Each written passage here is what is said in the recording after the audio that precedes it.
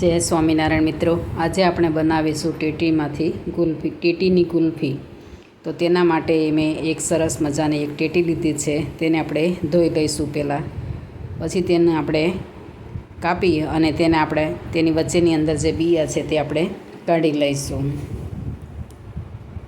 અત્યારે ઉનાળામાં ટેટી ખૂબ જ જોવા મળે છે, તો આપણે તેની કુલ્ફી બનાવીશું. તો આપણે ટેટીમાંથી બધા જે બિયા છે વચ્ચેના ભાગમાં, તે બિયા બધા આપણે કાઢી લઈશું. પછી તેની પતલી ચીરો કરી અને તેની જે છાલ છે તે આપણે પણ કાઢી લઈશું.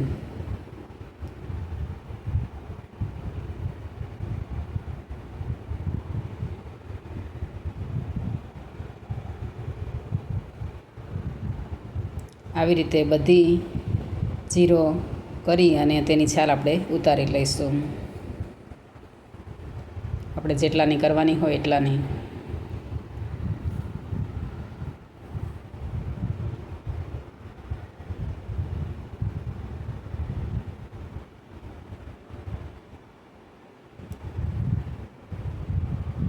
તો આપણે ટેટીની બધી છાલ ઉતારી લીધી છે. હવે તેના આપણે નાના નાના ટુકડા કરી લઈશું.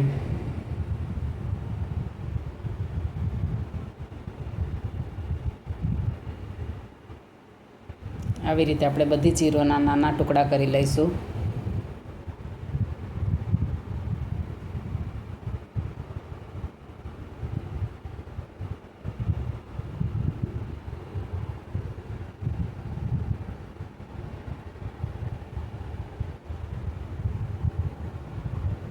તો આપણી બધી ચીરોના ટુકડા છે તે થઈ ગયા છે.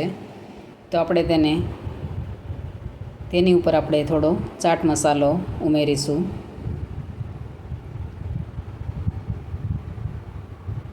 જો આવી રીતે આપણે ચાટ મસાલો ઉમેરી અને એમનેમ ખાવી હોય તો તેને એમનેમ પણ ખાઈ શકીએ છીએ.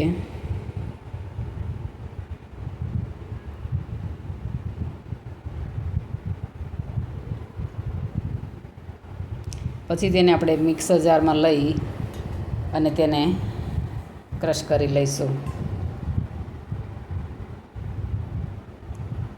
હવે ટેટી છે તે થોડી ગળી તો હોય જ છે, પણ તો પણ આપણે તેની અંદર થોડી ખાંડ ઉમેરીશું. તો અહીંયા આપણે 2 થી 3 ચમચી જેટલી ખાંડ ઉમેરીશું અને થોડું અડધો ગ્લાસ જેટલું આપણે અંદર પાણી ઉમેરીશું. પછી મિક્સર જારનું ઢાંકણ બંધ કરી દઈશું અને તેને આપણે ક્રશ કરી લઈશું.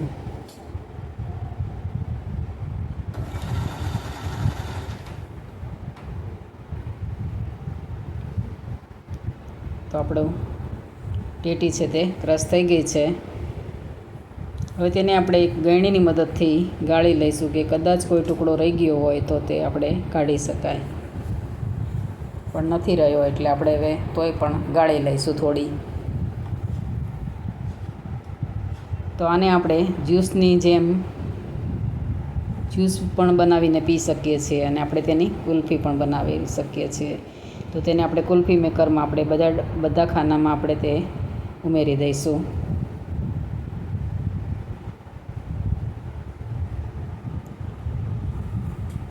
પછી તેના ઢાંકણ આપણે બંધ કરી દઈશું.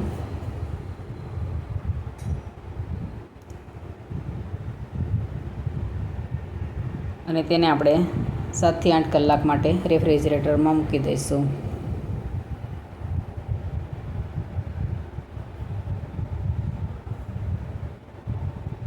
7 થી 8 કલાક પછી આપણે તેને જોઈ લઈશું. હવે એક ગ્લાસમાં આપણે પાણી લઈશું અને તેની અંદર આપણે ડૂબાડી અને કુલ્ફીને આપણે સરળતાથી કાઢી લઈશું. થોડીવાર આવી રીતે આપણે તેમાં રહેવા દઈશું એટલે તે ઝડપથી બહાર નીકળી જાય છે.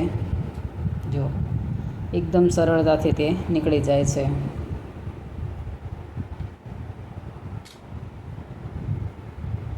આવી રીતે બધી કુલ્ફીને આપણે પાણીની અંદર ડૂબાડી અને તેને આપણે સરળતાથી બહાર કાઢી લઈશું.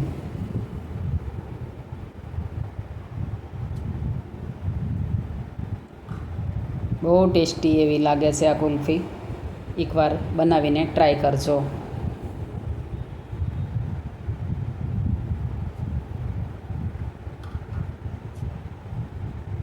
તો આપણે બધી કુલ્ફી બહાર કાઢી લીધી છે અને આપણે ટેટીની કુલ્ફી બનીને તૈયાર છે. જો તમને મારી રેસીપી ગમે તો તેને લાઈક, શેર અને સબસ્ક્રાઈબ જરૂરથી કરજો અને કમેન્ટ કરીને કહેજો કે તમને મારી રેસીપી કેવી લાગી. અને બેલ આઇકન દબાવવાનું ના ભૂલશો કે જેથી કરીને પહેલાં તમને નોટિફિકેશન મળે. જય શ્રી કૃષ્ણ.